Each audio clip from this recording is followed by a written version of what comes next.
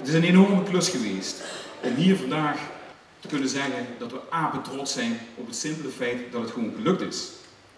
Dit nieuwe culturele centrum dat staat op de plek waar 100 jaar geleden een baksteenfabriek ooit stond. Bakstenen werden hier gemaakt. En daar waren we heel goed in, hier in Brunssum.